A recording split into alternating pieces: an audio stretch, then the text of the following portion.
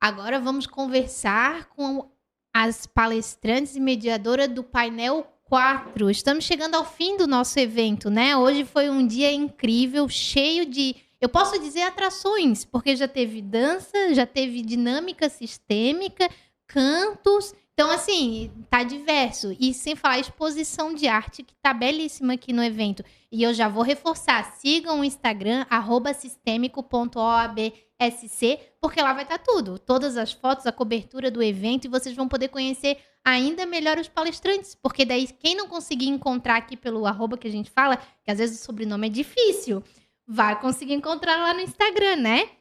E o tema aqui tem meu coração todo, porque elas conversaram muito sobre infância. E são vários aspectos da infância, mas principalmente ligado à educação, né? E que é um tema tão importante, tão relevante, que a gente cada vez mais tem que levantar essa bandeira e fazer barulho, porque são as nossas crianças, né? O futuro aí do nosso país, enfim, é o futuro, não tem jeito. Então, eu vou começar pedindo para a mediadora se apresentar, por favor. Boa tarde. Boa tarde. Meu nome é Fernanda Bondavalli Axt. Enfim, sou advogada, membro da Comissão de Direito Sistêmico. E hoje tive a honra de mediar essas duas maravilhosas aqui, que são referências na área de direito de família, né? E com quem hoje consegui conversar um pouquinho. Elas falaram muito sobre essa questão moderna, né? Eu acho que elas trouxeram como o mundo moderno está funcionando hoje, como a gente está tendo dificuldade de se adaptar, né? Ou de acompanhar essas mudanças, tanto na questão do judiciário, quanto na questão de sociedade, né? Eu acho que elas podem falar por elas mesmas de que forma elas trouxeram isso aqui um pouquinho para a gente. Não, e foi riquíssimo, realmente. Eu acho que essa adaptação foi para todo mundo, né? E a gente vai seguir nesse assunto, mas antes, por favor, se apresente para a gente. Então, tudo bem, boa tarde, eu sou a Roberta Moreira, eu sou advogada, estou como conselheira estadual lá da UAB de São Paulo e também como vice-presidente da Comissão Estadual de Direito Sistêmico lá de São Paulo.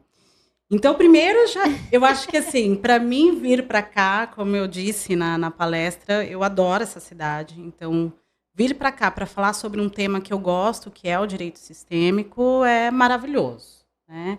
Estar na companhia da Luciana, da Fernanda, e falar sobre a infância e a escola. Assim como eu falei lá, a escola me permeia, né?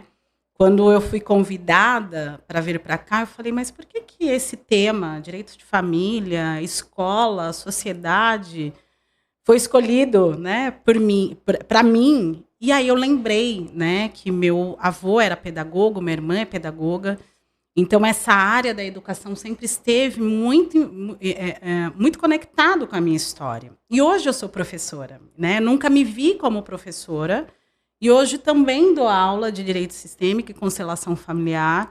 Então, eu percebo quanto isso traz um lugar, né, no meu coração. Quando eu olho para os alunos e eles seguindo a vida, eu falo, é isso, né? Esse lugar da aprendizagem.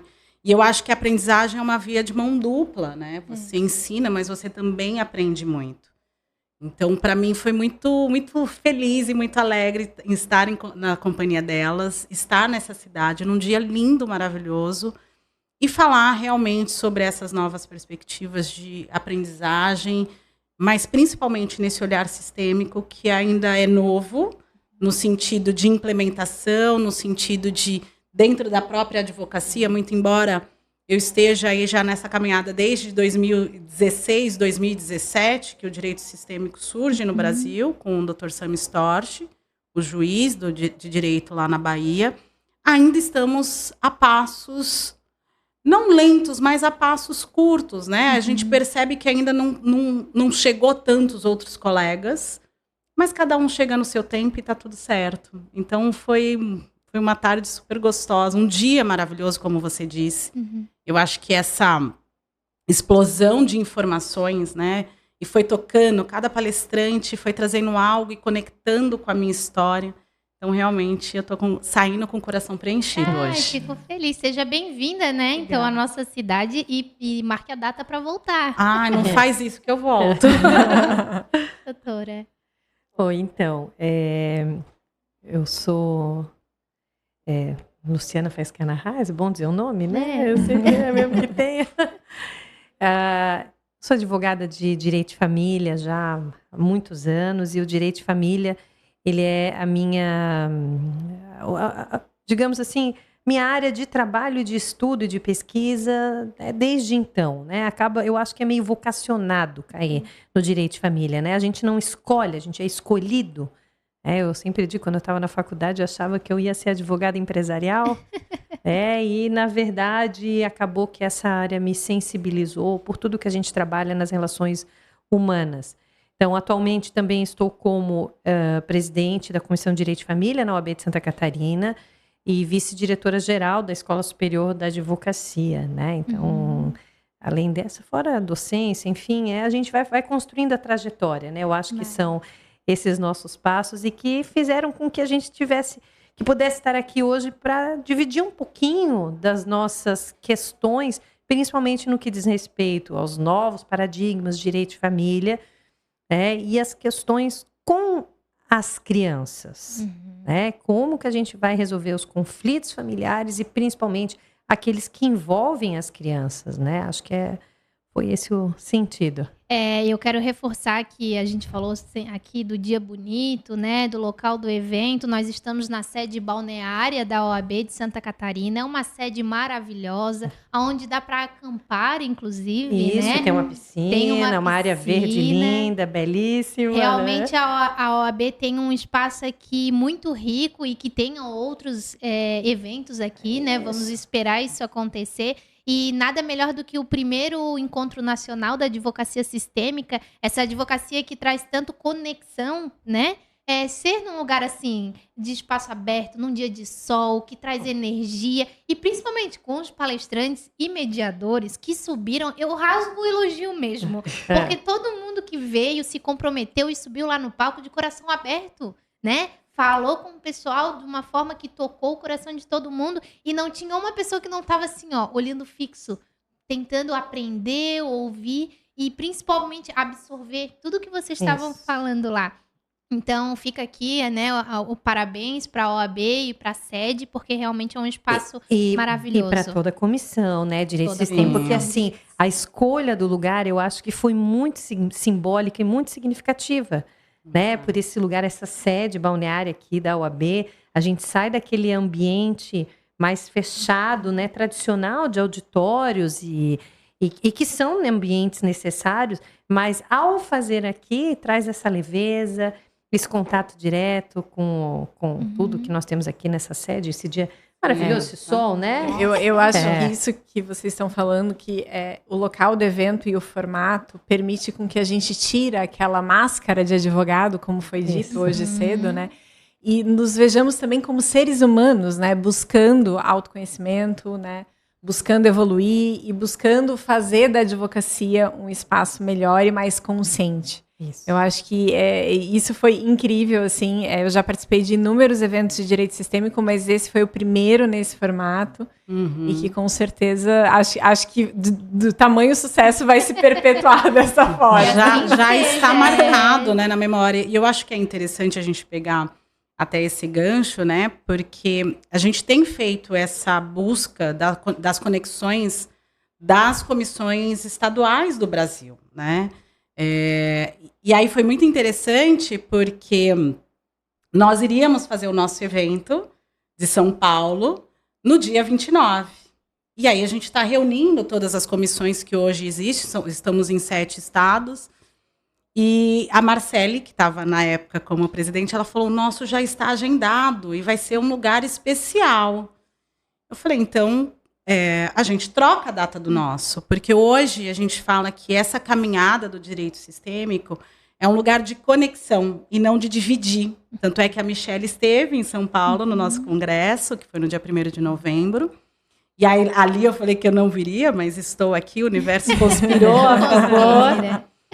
E a gente falou, esse lugar justamente esse lugar de união, né? Esse lugar de conexão. Então, a gente percebe quantos passos a gente está dando em relação a isso. São novos passos, né? A gente teve aí um período de não tão estável, mas agora a gente está se voltando mais conectados, mais fortes, mais eu acho que é isso, mais ligados no propósito, né? E cada um do seu lugar contribuindo para esse novo olhar e essa nova aprendizagem, olhando para as coisas que não deram certo no passado e tentando fazer diferente, né? E as coisas que foram boas, como esses encontros, como eu disse, eu já estive aqui em outros trabalhos, a gente continuar essa conexão, né? É muito importante. E nesse olhar de novo, né? De olhar o passado e fazer algo diferente agora, é aproveitar o gancho para trazer o assunto, né? Do tema do painel de vocês, que é esse novo paradigma que existe no direito de família,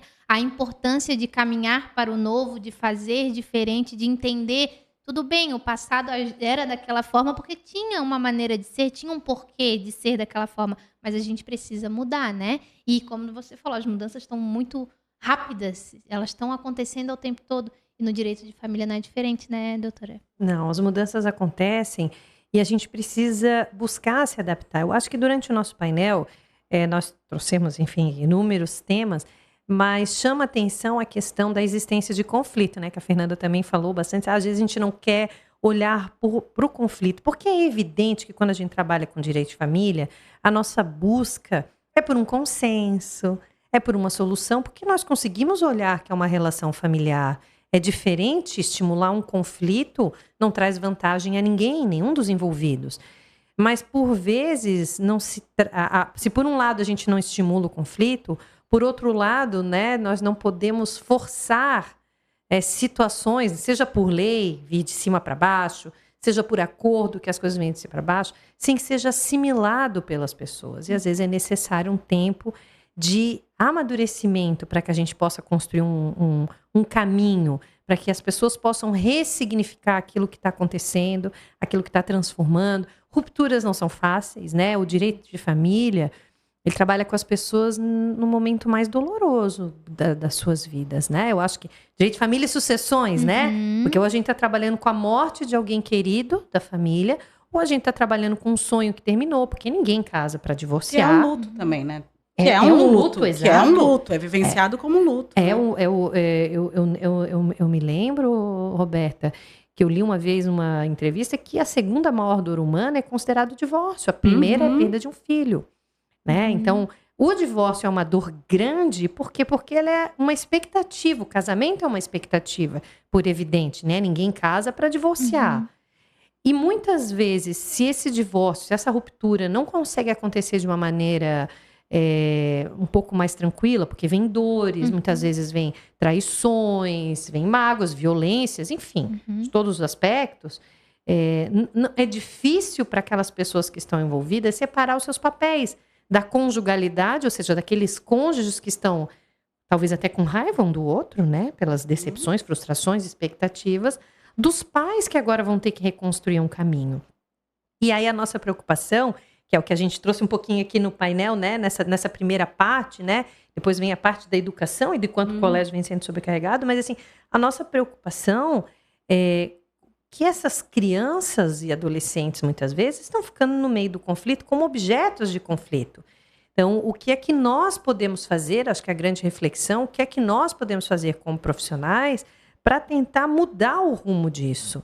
Não utilizar de instrumentos judiciais desnecessários ou que possa... A gente pode ter um olhar mais humanizado, né? Uma das coisas, assim, que de repente a gente pode pensar, vocês também podem... talvez até trocar experiências de vocês, mas uma das coisas que hoje me deixam muito angustiada são, por exemplo, as buscas e apreensões de crianças. Sabe, um oficial de justiça buscando uma criança para forçar uma convivência. Calma, vamos olhar essa criança. A criança não é objeto.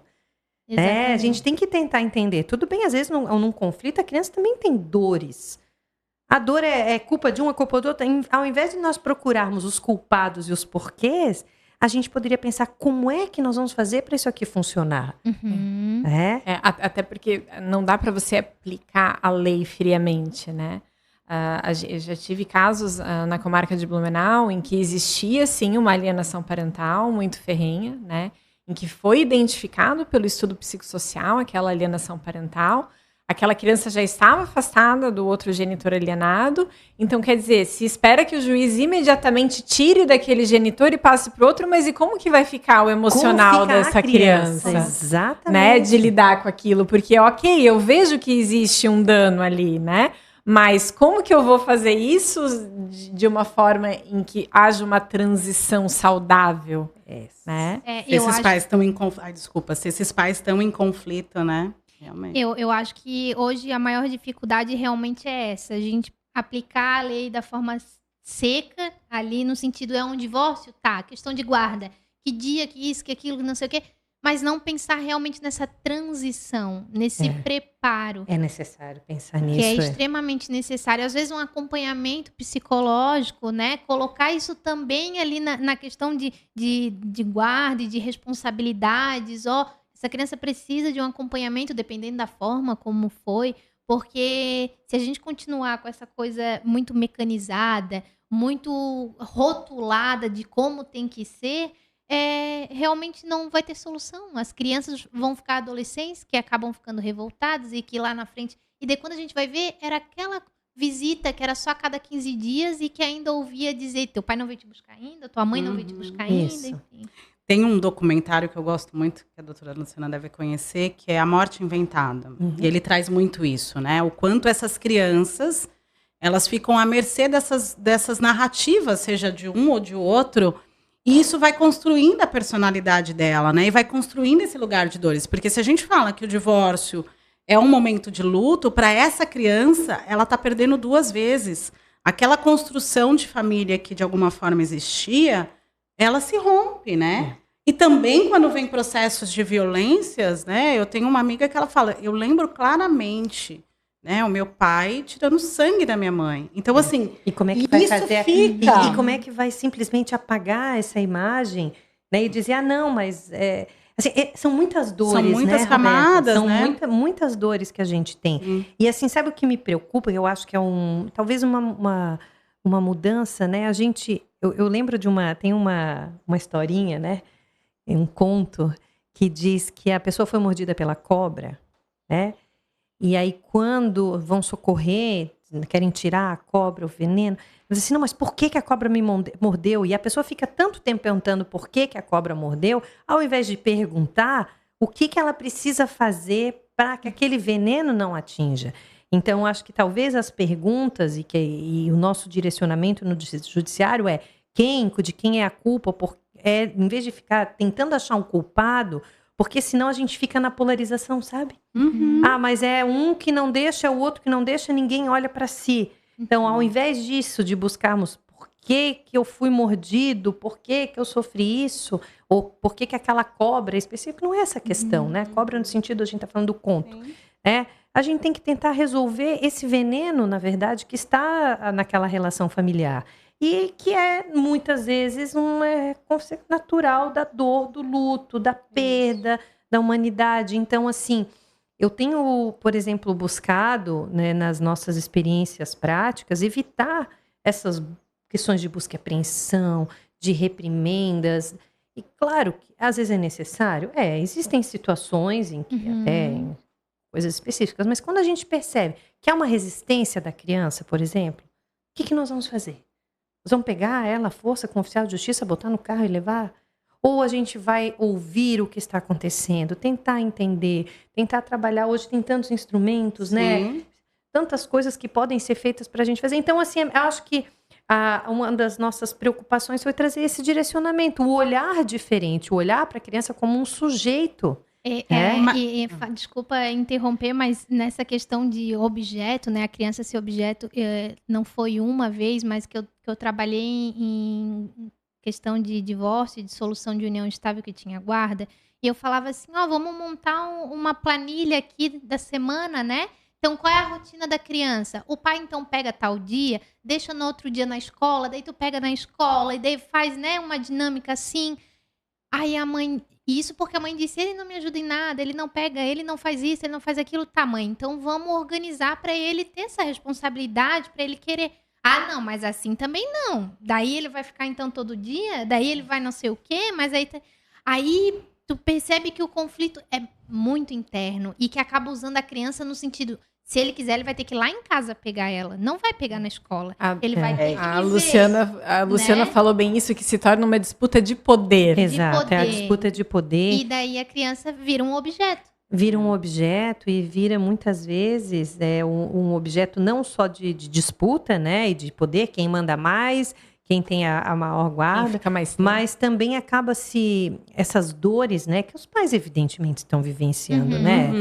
Ninguém vai dizer. Eu aprendi muito cedo, sabe, Roberto? O primeiro divórcio, um dos primeiros que eu fiz, né?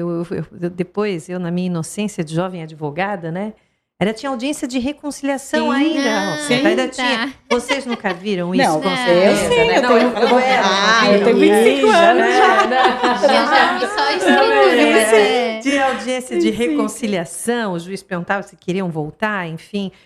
E aí saiu, e meu cliente queria o divórcio. E quando saiu da audiência, eu pensei na minha inocência, perguntei, tá feliz? Né? Eu perguntei, porque naquela minha pergunta, estava pensando, ele conseguiu o que a gente veio aqui, né? E ele disse, olha, feliz não é a palavra. Talvez a pessoa saia aliviada, talvez saia alguma coisa, mas ninguém sai feliz de um divórcio. Então, isso num divórcio consensual. Agora, num divórcio litigioso, nós estamos com muitas dores. E, às vezes, as transferências de afeto ficam para a criança. Aqueles pais depositam na criança aquele... eu tenho que ficar tantos dias com meu filho, eu tenho que ficar tantos dias. E a criança vira alvo também de disputa desses afetos. Então, cabe a nós, penso, né, nós... como profissionais que estamos olhando para essa família, que muitas vezes não está enxergando o tamanho dessas dores, né? Tentar reverter um pouco esse fluxo. Medidas judiciais são importantes, sem dúvida. Acho que a Fernanda também falou ali, às vezes a gente precisa olhar para o conflito, precisa olhar para o litígio. Precisamos, porque às vezes, numa relação conjugal, a gente está em desequilíbrio. Nós temos um abuso de poder de uma das partes, enfim, em determinada perspectiva, cada um pode ter algum abuso de poder aí nesse momento, violências domésticas. A violência intrafamiliar é enorme. Agora que nós estamos colocando nos holofotes, porque violência intrafamiliar é uma coisa que existe há muitos anos. Sim. Né? Então, existem violências, existem medos, né? A Fernanda falou ali de um acordo que a pessoa fez assim para se livrar. Quantas pessoas fazem acordo só para se livrar? Então, são acordos não amadurecidos que voltam inevitavelmente para o judiciário. 1 ou 2 anos depois, no máximo, voltam, né? E daí essas crianças acabam daí fazendo a ligação com a escola, indo para a escola de uma forma em que não tem um bom desempenho ou agem de uma forma diferente do que é habitual, talvez com mais agressividade, talvez se retraia mais. Aí tudo acaba se interligando, né? Porque não teve esse olhar de aliás, essas cuidado. crianças vão crescer e se tornar adultos disfuncionais, né? E aí a gente... Ou entender que esse é o tipo de relação normal. E acabar repetindo esse padrão, né? De relacionamento que não é tão saudável, de terminou, eu vou agir dessa forma também, porque não tem todo esse olhar de cuidado nesse processo inicial, né? Mas são muitos desafios, né? Quando ela traz aqui que a gente precisa, que a gente tem ferramentas dentro do judiciário, mas a gente está falando de um judiciário abarrotado, né? Isso é verdade. Em São Paulo, por exemplo, até um último tempo, tem um fórum lá específico que para fazer uma avaliação psicossocial era 2 anos de fila. Ou seja, como que eu posso pensar em fazer uma avaliação num processo de guarda, de divórcio, 2 anos? Então, a gente está falando desse lugar. E o pensamento sistêmico, esse olhar sistêmico, é trazer realmente, olhar para a causa efetiva, né? Então, o Sami, que foi quem trouxe o direito sistêmico, ele fala, eu tinha a sensação que eu... como que fala? Eu enxugava gelo, porque eu dava uma sentença e essa sentença virava outras demandas. E eu brinco que eu falo assim, uma sentença não põe fim ao conflito, né? Ela apaga com gasolina. Ela, muitas vezes, ela aumenta... Vai se multiplicando, e vai se multiplicando em várias demandas. Então, olhar para as questões... E aí, o direito sistêmico surge justamente nesse lugar. Eu olho para as questões internas, quais são as lealdades sistêmicas que estão por trás disso. E essas lealdades também são das crianças, né? As crianças, elas querem amar incondicionalmente os seus pais. E por amor, elas adoecem. E por amor, elas se tornam violentas. E por amor, se faz muita coisa. E aí a gente fala justamente nesse lugar, né? O amor cego, aquele amor que quer salvar os pais. E dentro do campo sistêmico a gente fala, não é impossível, né? Dentro das ordens, que a gente fala das ordens do amor, do pertencimento, da hierarquia, o equilíbrio de dar e receber. Essa criança nunca vai poder devolver o que ela recebeu dos pais, que é a vida.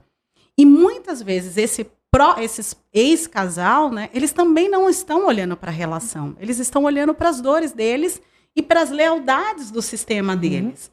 Então, a gente percebe, cada vez que eu atendo porque a gente fala da educação, quando eu vejo esses casos, já aconteceu, por exemplo, de eu conversar, né? Eu brinco que o atendimento sistêmico ele é completamente diferente, você não faz mais as perguntas convencionais, você vai fazendo outras perguntas, e eu lembro de uma cliente que ela, estou no processo de divórcio, ele está conturbado, meu filho tem 6 anos, tá. Aí ela contou, né, ali a situação.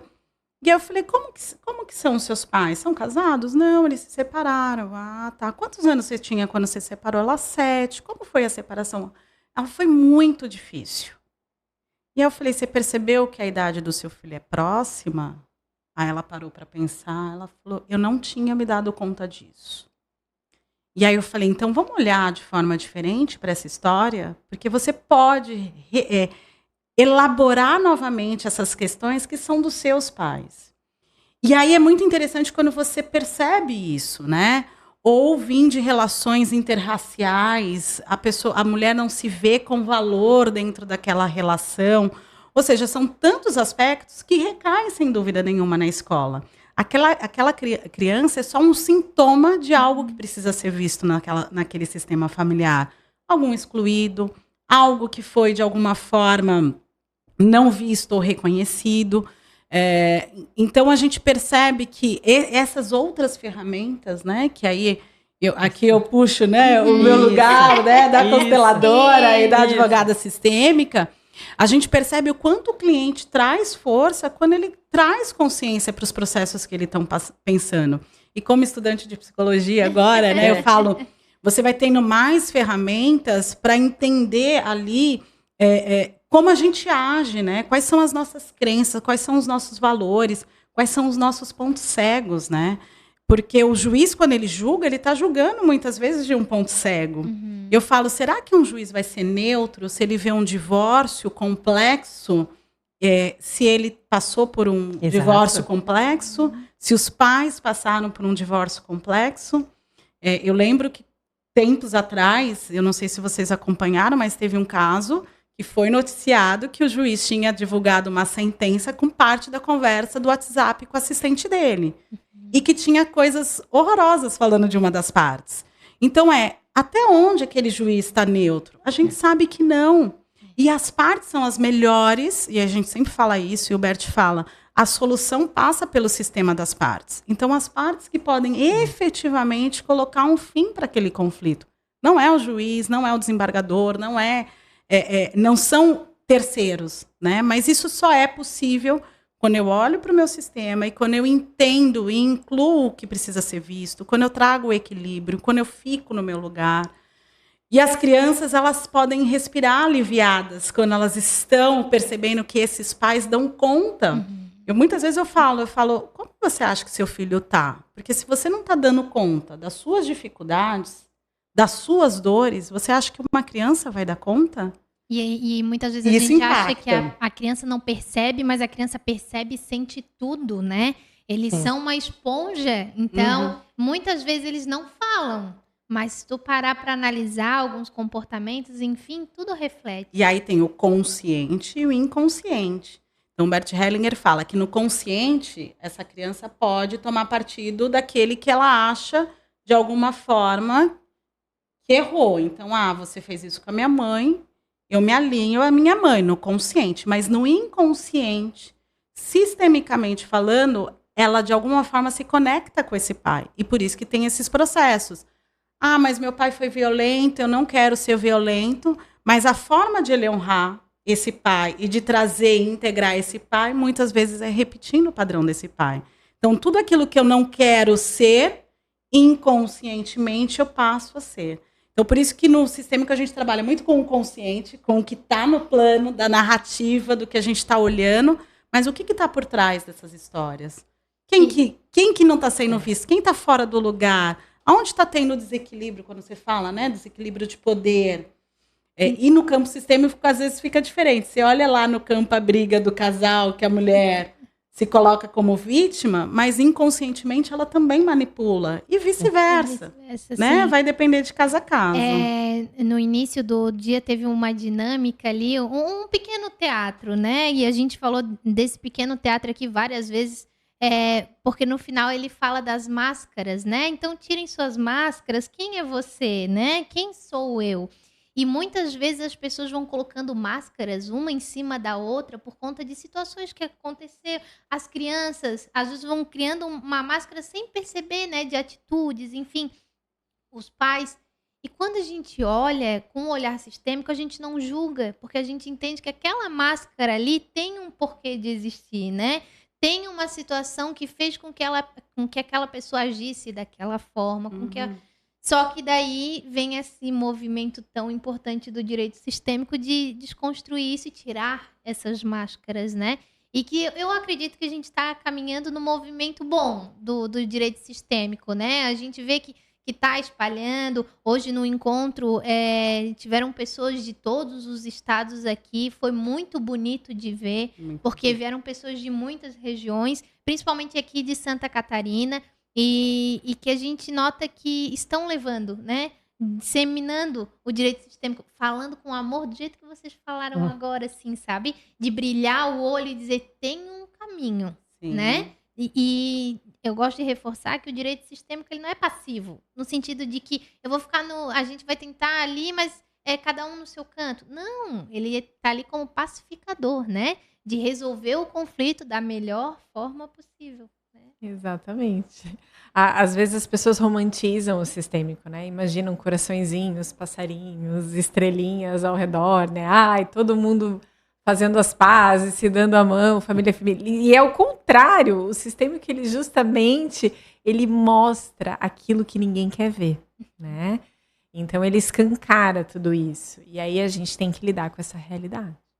Eu vou pedir para vocês deixarem as redes sociais de vocês, para quem quiser seguir vocês lá no Instagram, enfim. Qual é a sua rede social? @fernabondavale. O meu é robertamoreira.adv. E aí eu quero passar também o da Comissão de São Paulo, direitosistêmico.oabsp. Aí vocês podem seguir, a gente tem um grupo de estudos, a gente tem o AB Constela, Conexão Sistêmica, Práticas Sistêmicas, e muitos desses eventos, eles são online, então tem a participação de várias pessoas, seja São Paulo, e Brasil e mundo. Então, quem quiser saber um pouco mais e conhecer, siga também nas redes. O meu é @lufaiscanarrais. Também fica o convite para seguir o Instagram da Comissão de Direito de Família, da OAB de Santa Catarina, e da Escola Superior da Advocacia, né, da OAB de Santa Catarina, que inclusive teve um curso agora recente, né, para uma advocacia mais leve. Então, assim, trabalhando com as questões sistêmicas. Então, assim, acho que a gente tem muito, e também, eu lembrei que tu falou, Roberto, que tem muita coisa online, muita coisa acessível, muita coisa para a gente compartilhar o conhecimento, né? Porque cada um daqui multiplica para quantos, né? Quantos cada um de nós pode multiplicar? Se a gente conseguir tocar uma pessoa com a nossa conversa aqui, já valeu a pena o evento todo. Certeza. É o que eu falei lá no final. Se uma pessoa se sente tocada, é todo um sistema que é, de alguma forma, reverberado, né? Era isso, então eu quero já novamente, né, pedir, sigam as redes sociais, sigam a rede social do @sistêmico.oabsc, para depois olhar lá tudo que aconteceu aqui no evento e encontrar as nossas palestrantes. Era isso, muito obrigada e até breve. Tchau. Tchau, tchau.